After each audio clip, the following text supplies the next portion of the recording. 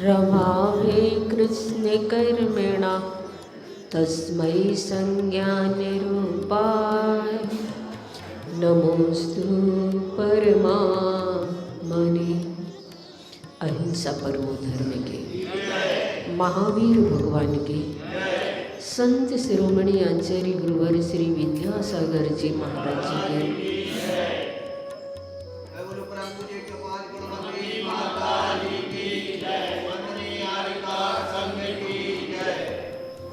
आज हम समझेंगे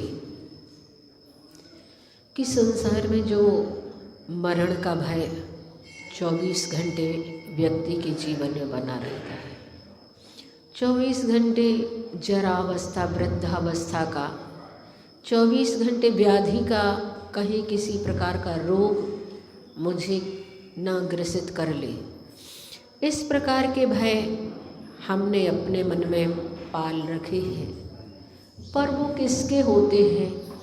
हमारी आत्मा में क्या इस प्रकार के भय संभव हो सकते हैं? यहाँ पर कहा जा रहा है, न मे मृत्यु कुतो भीतिर् न मे व्याधि कुतो व्यथा न हम बालो न वृद्धोऽहं न यवैतानि पुद्गले। कहा जा रहा है, मेरी मृत्यु ना, मेरा मरण नहीं होता है, इस कारण मैं यानी मुझे कुतः कहाँ से भीति भय है। आत्मा का जब मरण नहीं होता तो फिर मुझे मृत्यु का भय कैसे? ये श्रद्धान हमें बनाना पड़ेगा। जब तक हमारे अंदर ये श्रद्धा नहीं है तब तक हम सम्यक दृष्टि भी नहीं है। ये मान करके चलना, हमें 24 घंटे भय बना रहता है कि मैं कहीं मर न जाऊं, मैं कहीं मर न जाऊं। तो जीव तत्व पर हमें श्रद्धान कहाँ है? सम्यक दर्शन तो उसे कहते हैं कि 7 तत्वों पर श्रद्धान होना सम्यक दर्शन है। और जब हमें जीव तत्व का ये श्रद्धान नहीं है कि जीव मरता नहीं है, तो फिर हमारे अंतरतम में वह सम्यक्ति की किरण कैसे फूट सकती है?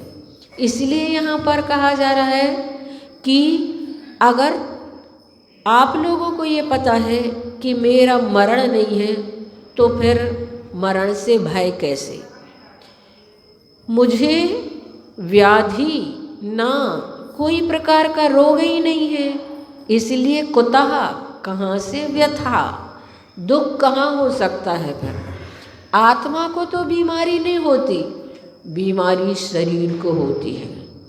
और शरीर को सुरक्षित इसलिए रखते हैं कि धर्म ध्यान में कारण ये शरीर ही है, मोक्ष में कारण ये शरीर ही है। इसलिए इसके लिए पेट्रोल आदि उतना दे देते हैं जितना इससे काम लेते हैं। आचार्य श्री कहते हैं, जैसे आप लोग नौकर को कभी बैठा नहीं देख सकते, हमने बैठने के लिए थोड़ी ना इसे लगाया है, उसे 24 घंटे उससे काम कराते हैं। उसी प्रकार ये वेतन जो हम इस शरीर को दे रहे हैं, उससे फिर वैसा हमें काम भी लेना चाहिए।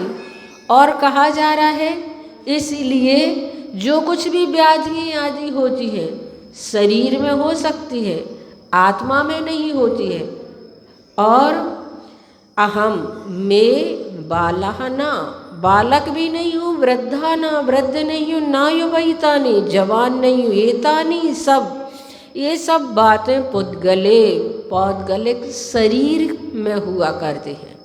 द्रव्यार्थिक दृष्टि से आत्म तत्व कभी मरण को नहीं प्राप्त होता है, पर्यार्थिक दृष्टि से शरीर का प्रति समय गलन पूर्ण हुआ करता है। और वास्तव में आयु कर्म एक ऐसा है जिस आयु कर्म का 14वें गुणस्थान के अंत तक वह बना रहता है।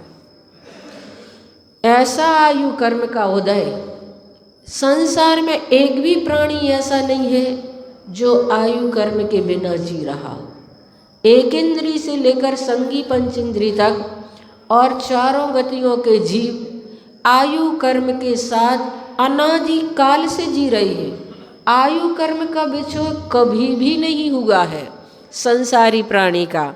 और यहाँ पर आचार्य श्री कह रहे हैं जन्म मृत्यु रोग बुढ़ापा आदि जितनी भी परिस्थितियाँ हैं वे सब पुद्गल की हैं, पुद्गल में है, पुद्गल की वजह से है। कहाँ है ये पुद्गल? जो शरीर है हमारा यही तो पुद्गल है। क्या कहा? ना मैं मृत्यु, मेरा मरण नहीं है। इसमें श्रद्धा रखना चाहिए। मैं मर जाऊंगा तो क्या होगा? आचार्य कहते हैं ऐसे ही जीते रहोगे तो भी तो क्या होगा। इतना अच्छा पॉइंट लगा आचार्य श्री का कि वास्तव में किसी की 100 वर्ष की जिंदगी से कुछ नहीं होता, किसी की 4 दिन की जिंदगी 100 काम कर जाती। इसलिए यहाँ पर आचार्य श्री ने कहा अगर तुम्हारे मन में भय है कि मर ना जाऊं, अगर जी भी रहे और ऐसा ही जी रहे हैं बिना उद्देश्य के बिना लक्ष्य के, तो भी तो क्या मतलब हुआ ऐसे जीने से।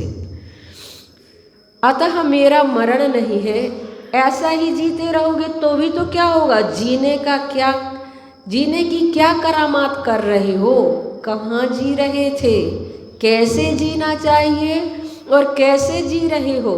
अतः मेरा मरण नहीं है, ऐसा भाव प्रत्येक धर्मात्मा के मन में हमेशा उद्भूत रहना चाहिए।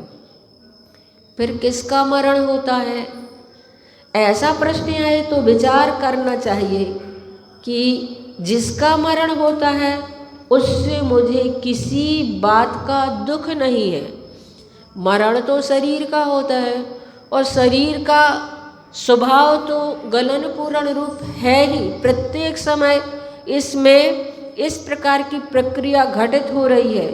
इसीलिए शरीर की बात दुख रूप नहीं है, भय भी नहीं है। लेकिन मोही संसारी प्राणी को सबसे बड़ा यदि भय है तो मृत्यु का भय है। जिसको कोई रोग नहीं है, कोई समस्या नहीं है, कोई तनाव नहीं है, संपदा आदि भी सब कुछ है, उसे यदि यह बता दिया जाए कि तुम्हारा मरण निकट है, निकट का नाम सुनते ही वह विकट समस्या खड़ी हो जाती है। और उस समस्या की उलझन से एकदम उसके दिमाग में ऐसा टेंशन बन जाता है, इतना टेंशन बना लेता है कि अकाल मृत्यु के लिए कारण बन जाता है। टेंशन से हमारे आयु कर्म के निश्चय बहुत जल्दी गिरते हैं। इसीलिए कभी किसी को असाध्य बीमारी हो जाती है तो घर के लोग उसे बताते नहीं है कि अभी टेंशन कर लेगा, तो अकाल में मृत्यु की गोद में चला जाता है। मरण के कारणभूत वस्तुओं के समागम से ही वह डरने लगता है, कांपने लगता है। जैसे आप यहाँ सुरक्षित बैठे हैं और मान लीजिए यहाँ कोई भयानक सर्प के आने की बात कर दे तो आपका विचार आगे बढ़ जाएगा, आगे पहुँच जाता है कि सर्प काट देता है तो मृत्यु हो जाती है। मृत्यु हो या ना हो, लेकिन सर्प काट जाएगा तो मृत्यु निश्चित है। ऐसी जो धारणा बनी हुई है वह भयभीत कर देती है। और भयभीत की दशा में व्यक्ति आधा सा तो उसमें ही अपने जीवन को समाप्त कर ले। सर्प से इतना भय कि नाम सुनते ही आप चिंतित एवं भयभीत हो जाते हैं। लेकिन मोह को आज तक किसी ने सर्प नहीं माना। वह प्रत्येक समय संसारी प्राणी को डस रहा है, काट रहा है। राग देश को, क्रोध को, मान मायादि कसाई को किसी ने भी सर्प नहीं माना।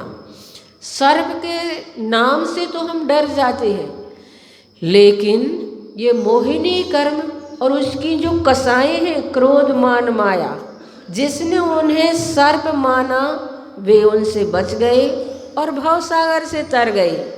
ऐसा विचार करना चाहिए कि सर्प भी हम और आप जैसा ही एक जीव है, उससे क्या डरना। ध्यान रखो जब मृत्यु से भीति होती है तब तक मृत्यु से मुक्ति नहीं मिल सकती। मृत्यु से डरने मात्र से मृत्यु छूट जाए और चाहने मात्र से मोक्ष मिल जाए, यह 3 काल में संभव नहीं है। इसलिए जैसा आचार्य समंतभद्र स्वामी ने सुपार्श्वनाथ भगवान की स्तुति करते हुए कहा है, बिभेति मृत्यु न ततोस्ति मोक्षो नित्यं शिवम वांछति नास्य लाभा। आचार्य समंतभद्र स्वामी बहुत भक्ति के रसिक रहे हैं। उन्होंने स्वयंभू स्तोत्र जिसमें 24 तीर्थंकर की स्तुति की, ना केवल स्वयंभू स्तोत्र में 24 तीर्थंकर की स्तुति की, अपितु एक स्तुति विद्या नाम का ग्रंथ जिसमें एक अक्षर से भी पूरी 4 लाइनें उन्होंने ली, दूसरा अक्षर ही प्रयोग नहीं किया। नना नना नना नाना ममा ममा ममा ममी तता तता तता ती तात ती तती तता। अब इसमें आप क्या अर्थ निकालेंगे, लेकिन उन्होंने इतने अच्छे गहरे अर्थ निकाले हैं। 24 तीर्थंकर की स्तुति विद्या में भी उन्होंने की। ऐसे विद्वान तपस्वी आचार्य समंतभद्र स्वामी ने भी कहा है कि रहस्य समझो कि मृत्यु से डरने मात्र से मुक्ति नहीं मिल सकती है, चाहने मात्र से सुख या सुख भी नहीं मिल सकता है। हमें इसकी तासीर को जानना पड़ेगा कि ये मृत्यु वास्तव में भयंकर तो है, पर इससे छूटा कैसे जा सकता है। और आयु कर्म भी एक प्राण है। हम जो 10 प्राणों से जी रहे हैं, हम संसारी प्राणी, संगी पंचेंद्री जो होते हैं उनके 10 प्राण होते हैं, और हम 10 प्राणों से जी रहे हैं। उन 10 प्राणों में 5 इंद्रिय, 3 बल, मनोबल, आयु बल और मनोबल, काय बल और वचन बल, आयु और श्वासोच्छ्वास, ये 10 प्राण हुआ करते हैं। तो आयु भी एक प्राण है। हम संसारी प्राणी पर्याप्त अवस्था में 10 प्राणों के साथ जीते हैं, अपर्याप्त अवस्था में 7 प्राण होते हैं। कम से कम भी अगर इस जीव के रहे संसार दशा में तो एक आयु प्राण 14वें गुण स्थान में। इंद्रियां नहीं रहती हैं, काय का निरोध कर दिया, श्वासोच्छ्वास आदि भी नहीं है, मन का भी प्रयोग नहीं होता, सिर्फ एक आयु प्राण 14वें गुण स्थान में रहता है। आयु प्राण के लिए आचार्य श्री कह रहे 14वें गुण स्थान में मात्र एक आयु प्राण रह जाता है, उसका अभाव होते ही मुक्ति की प्राप्ति होती है। आज तक आयु कर्म का हमारा अभाव नहीं हुआ। जिस भाव में मुक्ति मिलना है उसके उस भाव में एक भुज्यमान आयु और एक बद्धमान आयु। भुज्यमान आयु का मतलब होता है जिसे हम भोग रहे हैं। वर्तमान में हमारी भुज्यमान आयु मनुष्य आयु है, और अगर किसी ने आयु नवीन आयु का बंद कर लिया है तो आगामी आयु का अगर बंद कर लिया है तो वो बद्धमान आयु कहलाती है। जिसने आगामी आयु का बंद कर लिया है उसे मोक्ष नहीं मिलता। क्यों नहीं मिलता? क्योंकि अब उस आयु में उसे जाना ही पड़ेगा। इसलिए आयु कर्म का बंद 7वें गुण स्थान तक ही होता है, उससे आगे नहीं होता। छपक श्रेणी में आयु कर्म का बंध नहीं होता, उपसम श्रेणी में आयु कर्म का बंध नहीं होता है। तो यहाँ पर कहा जा रहा है, आचार्य श्री बहुत अच्छी बात कह रहे हैं कि आयु कर्म, दूसरा आयु कर्म का अस्तित्व नहीं रहता जिनके। आप लोगों की भाव से भावांतर की यात्रा पूर्व प्रबंध के साथ चलती है। जब तक नवीन आयु कर्म का बंध नहीं होगा तब तक ये आयु छूटेगी ही नहीं, किसी भी हालत में नहीं छूट सकती। जैसे किसी का अचानक एक्सीडेंट हो गया, अब उसके लिए इतनी श्वास मिली है सिर्फ अंतर मुहूर्त तक ही वह जी सकता है, इतना उसका भयानक ऐसा एक्सीडेंट हुआ है। तो उस अंतर मुहूर्त में पहले वह आयु कर्म का बंद करेगा, उसके बाद ये शरीर छूटेगा। आचार्य श्री कह रहे हैं बिना पेट्रोल के गाड़ी आगे बढ़ ही नहीं सकती है। गाड़ी आगे ले जाने के लिए पेट्रोल का प्रबंध करके ही चलती है, और उस प्रबंध के करने को आप कितने सावधान रहते हैं, चाहे चींटी हो, हाथी हो, नारकी हो, देव हो, मनुष्य हो, कोई भी हो, यहाँ तक कि निगोदिया जीव भी जो एक श्वास में 18 बार जन्म मरण करते रहते हैं, ऐसे निगोदिया जीव भी मरण करते हैं तो भी वह आयु कर्म का पहले प्रबंध कर लेते हैं और फिर चलते हैं। पहले आयु कर्म को बांधे, नहीं तो कहाँ जाएगी वह आत्मा। कुछ लोग कहते हैं कि किसी का अकाल मरण हो गया इसलिए वो आत्मा भटक रही है, भूत बन करके भटक रही है। ऐसे ही नहीं भटकती, जिस समय उस समय भी उसके जैसे परिणाम होते हैं उसके अनुसार उसकी आयु का बंध हो जाता है और वह आत्मा उस गति में चली जाती है। तो प्रबंध करके ही चलता है। 343 घन राजु प्रमाण, तीनों लोक क्षेत्र में, तीनों लोक क्षेत्र कितना बड़ा 3 लोक है, 300 घन राजु योजन प्रमाण। और ऐसे 3 लोक में क्षेत्र में पेट्रोल टैंक खुले हैं। पेट्रोल टैंक खुले हैं यानी आयु कर्म की व्यवस्था हर स्थान पर हर समय है और जो हमेशा 24 घंटे खुले रहते हैं। जिस समय जहाँ पर रहकर भी इस पेट्रोल का प्रबंध करना चाहे वहीं पर कर सकते हैं और अपनी जीवन रूपी गाड़ी को आगे बढ़ाकर ले जा सकते हैं।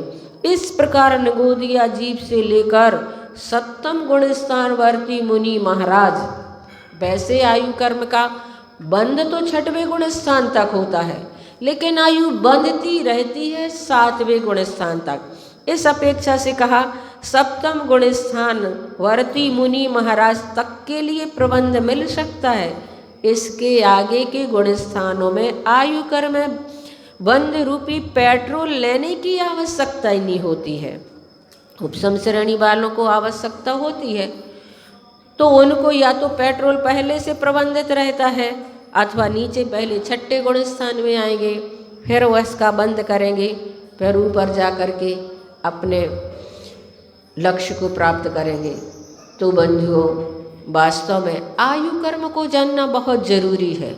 जब तक हम आयु कर्म को नहीं जानेंगे तब तक हम उससे भीति भी नहीं हमारे लिए होगी।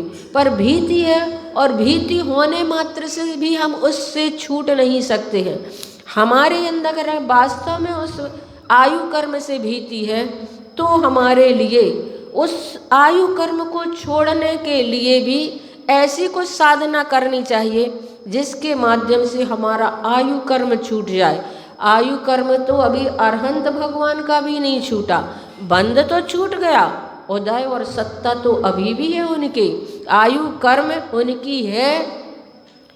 और जब तक वह आयु कर्म पूर्ण नहीं रहेगा, पूर्ण नहीं होगा, तब तक वो 14वें गुण स्थान से पार भी नहीं हो सकते। किसी ने सुधासागर महाराज जी से प्रश्न किया था, महाराज श्री कोई योग निरोध 2 दिन के लिए करते हैं, किसी का योग निरोध 15 दिन का होता है, किसी का एक निरोध महीने भर का होता है, ये क्या सिस्टम है? तो उन्होंने कहा जिसका जैसा आयु कर्म होता है उस आयु कर्म के हिसाब से ही उन्हें मोक्ष होता है। योग निरोध करने के बाद भी आयु कर्म टिका है तो जैसे जैसे आयु कर्म के नशे खिरते चले जाएंगे वैसे वैसे उनकी मुक्ति निकट होती चली जाएगी। उस समय तो अकाल मरण भी नहीं होता है और अकाल मरण अगर होता है तो प्रमत्त अवस्था में ही होता, अप्रमत्त अवस्था में तो होता ही नहीं है, क्योंकि उस समय हमारे परिणाम बहुत शांत रहते हैं और शांत रहने के कारण हमारे आयु के निषेध अपने क्रम से निकलते हैं। और प्रमत्त अवस्था में, संक्लेश अवस्था में, उद्वेग की अवस्था में, क्रोध आदि की अवस्था में आयु कर्म निषेध जल्दी जल्दी खिरते हैं। इसी आयु कर्म की उदीर्णा भी हो सकती है, अकाल मरण भी हो सकता है। तो इस प्रकार से आचार्य श्री ने यहाँ पर इस गाथा के माध्यम से बताना चाहा कि तुम मृत्यु से भयभीत मत हो, आत्मा का मरण तो वैसे ही नहीं होता है, और व्याधियों से भी तुम भयभीत मत हो। शरीर को कोई व्याधि नहीं होती है, व्याधि आत्मा को, अगर शरीर को व्याधि होती है आत्मा को कोई व्याधि नहीं होती है।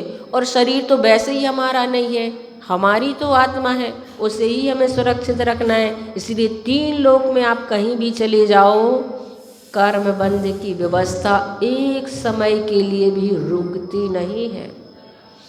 लॉकडाउन में आपके काम भले ही रुक जाएं, लेकिन कर्म बंध की प्रक्रिया प्रत्येक समय चलती रहती है। यदि आप वीतरागता को अपनाओगे तो संभव कर्म कांप सकता है, कर्म को पसीना आ सकता है, अर्थात कर्म बंध की प्रक्रिया रुक सकती है। जैसे ही आपकी वीतरागता बढ़ती जाएगी, वैसे कर्म भी पसीजते जाएंगे और एक दिन उससे मुक्ति भी मिल जाएगी। जैसे भगवान महावीर को मुक्ति मिल गई। जब आप सभी प्रमत्त दशा में सो रहे थे, प्रमाद में सो रहे थे, उस समय भगवान महावीर जागरूक होकर के मोक्ष को प्राप्त हो गए। समय तो अपना हो गया है, अब इसके बारे में बीच बीच में आपको बताते चले जाएंगे। बोले महावीर भगवान की 9 बार बड़े बाबा का जाप करेंगे। ओम ह्रीं श्रीं क्लीं मैं बड़े बाबा